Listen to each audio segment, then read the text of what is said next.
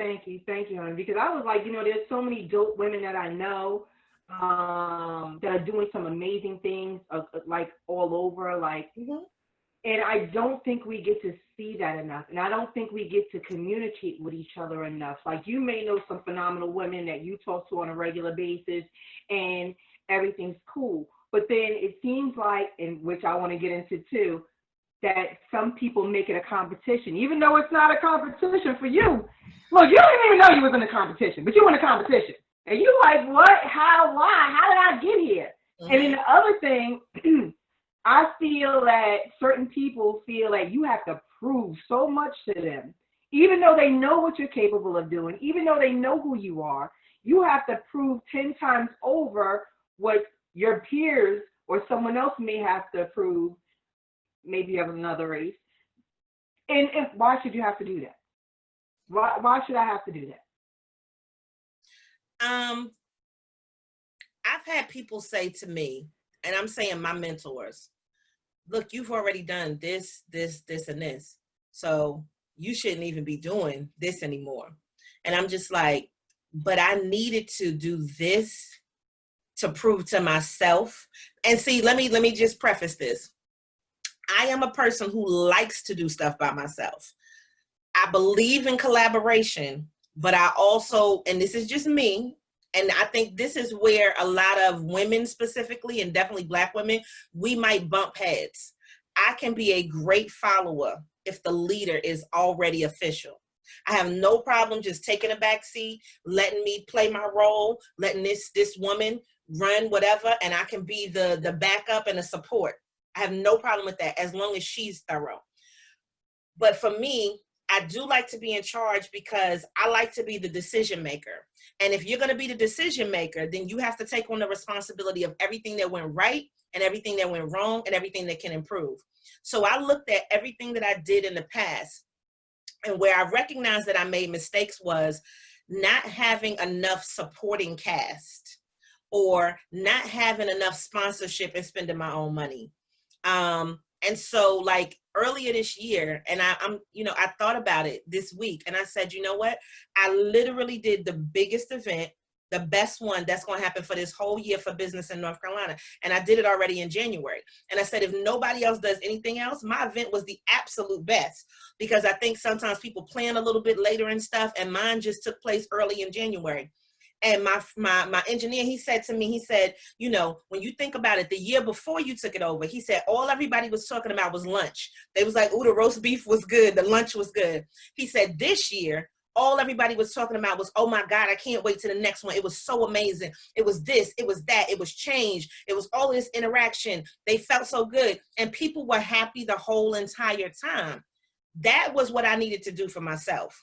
So I think that if you're trying to prove it to other people, that might be a problem. But what I needed to prove to myself was that I could do this, and I had my supporting cast, and I worked on it and really made it what I wanted it to be. And then even when it was over, I'm just like, okay, so next year I'm gonna do this, and I'm gonna make this even better, and I'm gonna do such and such, and I need some money from here, so it was just like, I look at me as the competition.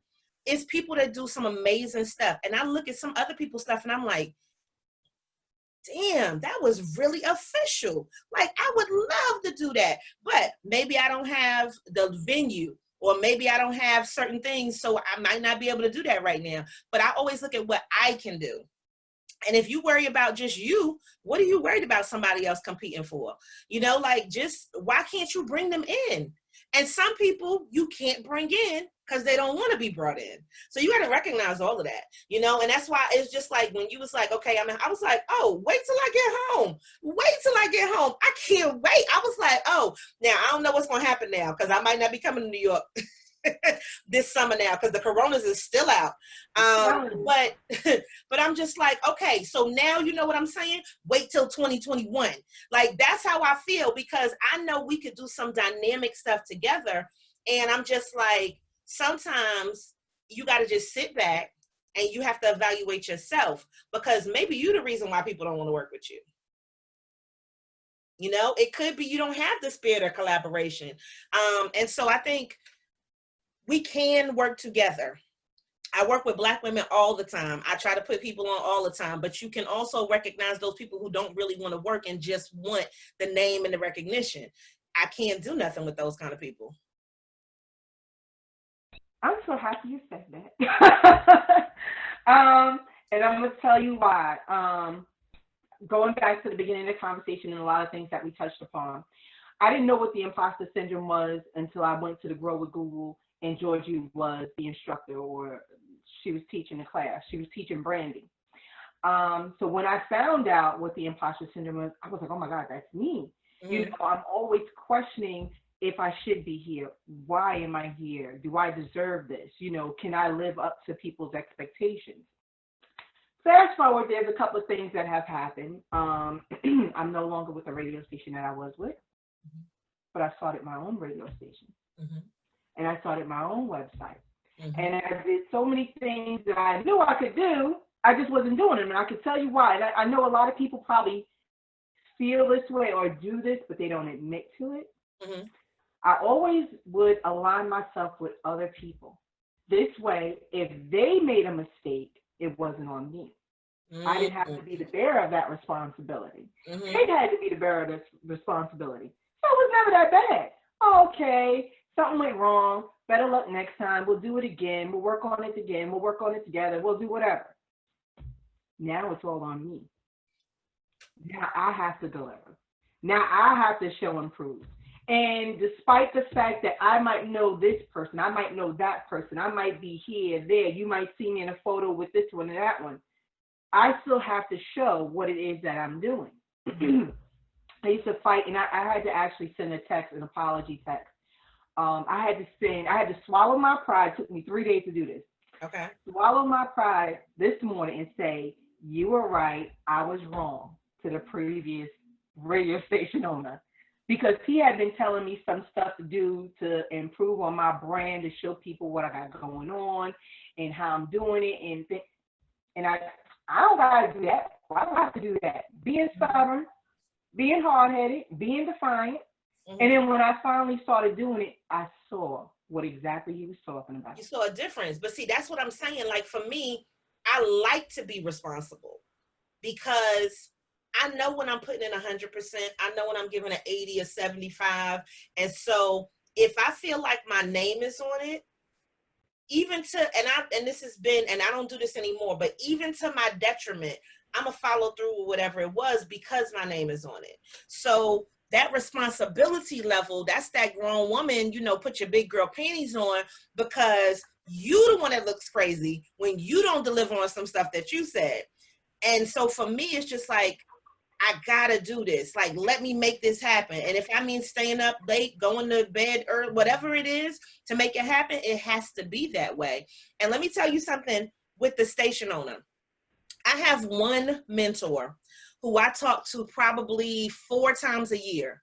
When I'm telling you, he stays watching, he stays in the cut, and he'll call me out of the blue or text me out of the blue and be like, let's meet up. I always make time, no matter what, meet up. We'll eat, we'll drink or whatever. And he says to me, and I need you to understand this. So sometimes it's twice a year, sometimes it's 4, sometimes it's 3, just depending on life, right? He says to me, okay, so I saw you doing such and such. Why you not doing this? Did you think about that? Why you not such and such? Every time.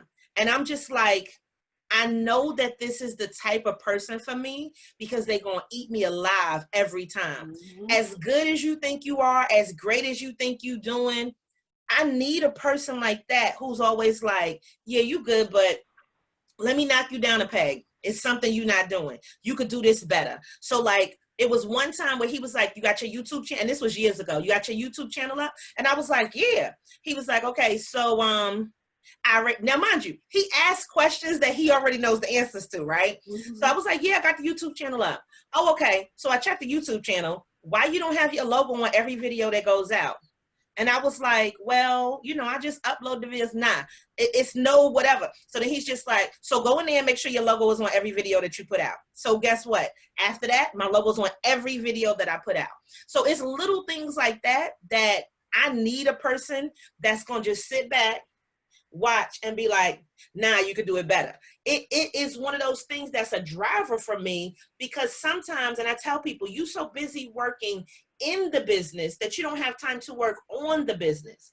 And that's what I'm doing now, is working on the business, because I'm looking at it like this.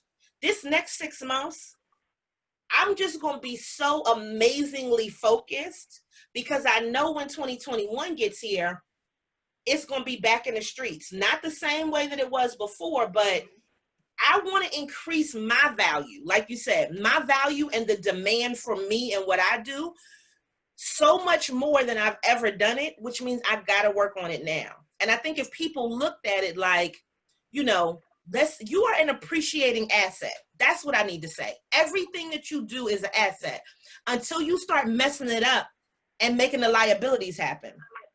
If you looked at yourself like you are valuable, what would you do to increase, right? So if that is learning something new, taking better pictures, doing more video, whatever the thing is, people advise you for a reason. So I'm looking at this post even this morning, and it's just like, if you're a content creator, you should be doing boom, boom, boom. And I'm looking at it and I'm like, yeah, they were like, you should put out blase, blase. And I'm looking at this like, okay, I don't even put out as much as that. Do I have enough content to put that much out? Yeah, I do. But why don't I do it that way? Now, you know how people will give you advice and it's still something that you could follow or not follow. But I'm just like, maybe I should put out a little bit more in that thing. Could I do this? Could I adjust such and such? You don't have to follow every piece of advice. But if there's something that you can do to make yourself better, it's your responsibility to do that every day. I totally agree. And from that, we didn't talk long via text, but from that, in putting on my big girl and being responsible, doing my own station, doing my own website, I say, damn, I really am good. There's so many things I could do, could have been doing, never did, but now that I am doing, I'm like, well, damn, I have myself. You know what I'm saying? Yeah. And then there are people who have said, have come to me, Kim, I want you to manage me. I'm like, no, leave me alone. I don't want to do that because I don't know. Now I'm starting to take on those clients because of the simple fact that I can walk them in doors that maybe they couldn't get into on their own, or maybe they've tried all these different avenues and they couldn't find a way. But I already have those contacts and I already know those people, so they want to come through me. And I've been denying it for so long. And now I'm starting to see that, well, why not me? I mean, and I'm saying this in the most, not just you, but anybody that's listening, anybody that's watching this, you have so much potential and God ain't even done with you yet. Imagine when you start really believing in it. And I mean, honestly, think about it like this. And I think one of the reasons, I'm gonna use Kanye as an example. It's a lot of stuff Kanye does that I do not like, okay? But go back to Kanye's early music. I remember Kanye did a free concert at UNC Chapel Hill here in North Carolina, filled up full. I'm outside, you know, and as full as it still was nowhere near where he's at now. But Kanye was saying back then what he wanted to do and how he wanted things to be and how he believed in himself and how even once he got on, they still didn't think of him as anything but a producer. And now for him to be to the status that he was at, he would have never got there if he didn't believe in himself.